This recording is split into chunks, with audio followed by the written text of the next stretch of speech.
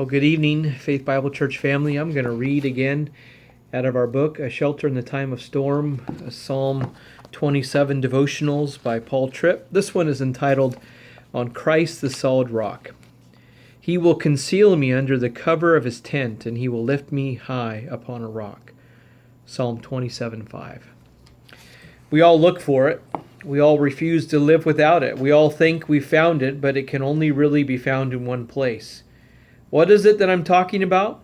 Well, here it is. All human beings are on a search somehow, some way, to find that solid rock on which to stand. That one thing that they can bank on. That one thing that will keep them upright when the storms of life are raging. That one thing that will remain firm for the duration. That one thing that will give them security when nothing else does. That one thing that will give them that deep and abiding inner sense of well-being that every rational human being desires. That one thing that gives them the courage to face what they otherwise wouldn't want to face.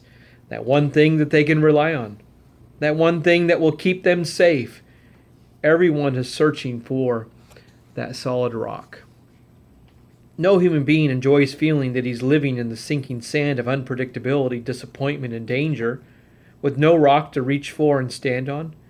In fact, this quest, this desire for surety which is with us every day, points us again and again to the reality of God's existence and our identity as His creatures, His image bearers.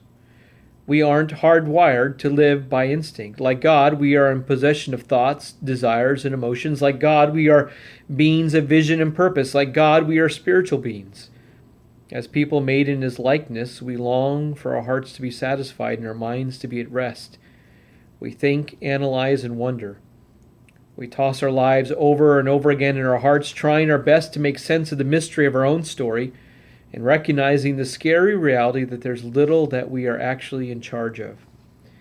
In our honest moments, we know that we couldn't have written ourselves into the situations, locations, and relationships that make up our daily lives. We couldn't have written the story of even one day. Yet we long for our lives to make sense. We long to have meaning and purpose, and we long to have lasting stability. The problem is that the longer we live, the more we know that there is little around us in this fallen world that isn't truly stable. I have a wonderful marriage to a lady who in many ways is my hero, but our marriage is still marred by our sin, and this reality still introduces pain and unpredictability into a relationship we've been working on for 37 years. You may think your job is a source of stability, but a bit of a turn in the global economy could have you out on the street in a relatively short period of time. It may seem that your material possessions are permanent, but every physical thing that exists is in a state of decay. And even in its greatest longevity, it doesn't have the ability to quiet your heart. So here is the dilemma of your humanity. You are clearly not in control of the details or destiny of your life. Yet as a rational, purposeful, emotional being, you cry for a deep and abiding sense of well-being. In your quest, you are actually discovering that you are hardwired to be connected to another. You aren't hardwired to walk the pathway of life all by yourself. You aren't hardwired to be independently okay. You weren't hardwired to produce in yourself a system of experiences, relationships, and conclusions that would give you rest. You are designed to find your solid rock only in a dependent, loving, worshipful relationship with another. In this way, every human being is on a quest for God. The problem is we don't know that, and in our quest for stability, we attempt to stand on an endless category of God replacements that end up sinking with us. In fact, our inability to find security for ourselves is so profound that we'd never find it on our own, the one who is to be our rock. No, He must find us. The language of Psalm 27 is quite precise here. He will lift me up high on a rock. It doesn't say I will find the rock and climb upon it. Here's the hope for every weary traveler whose feet are tired of the slippery instability of mud of a fallen world. Your weariness is a signpost. It's meant to cause you to cry out for help. It's meant to cause you to quit looking for your stability horizontally and begin to cry out for it vertically. It's meant to put an end to your belief that situations, people, locations, possessions, positions, or answers will satisfy the longing of your heart. Your weariness is meant to drive you to God. He is the rock for which you are longing. He is the one who alone is able to give to you the sense that all is well.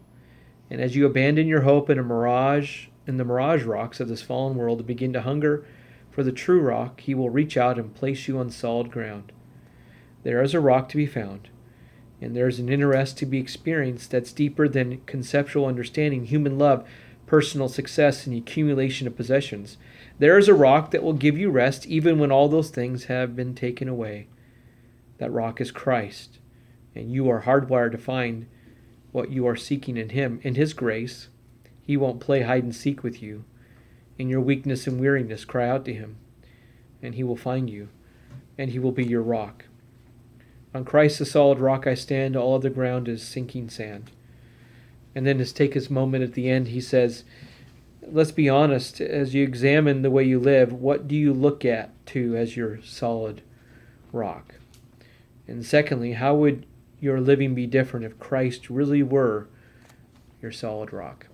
Well, Faith Bible Church, we pray that this devotional reading will encourage your hearts in these days as we look forward to the ministry that the Lord has given to us, as we have online ministry this Sunday again, ladies' Bible study tomorrow, men's Bible study Saturday morning.